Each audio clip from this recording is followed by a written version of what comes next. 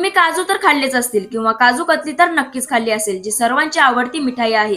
पण गोव्यातील लोक काजू खात नाही, तर त्याच्यावरील काजू ऍपलचा रस पितात, ज्याला काजू फेणी म्हणलं जातं. फेणी प्यायला लोकांना खूप आवडते. तर यात नक्की आहे तरी काय, ज्याच्यासाठी लोक एवढे वेडे आहेत? नॉर्मल दारूमध्ये 11 ते 13% अल्कोहोल असतं, तर फेणीमध्ये 45%.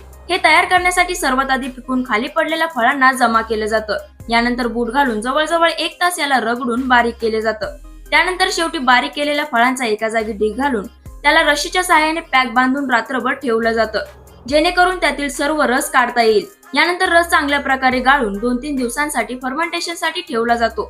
फर्मेंटेशन झाल्यानंतर रस तांब्याच्या भांड्यामध्ये टाकला जातो आणि त्याला 8 तास गरम केलं जातं आणि मग योग्य टेम्परेचर बघून तयार होते ती फेणी.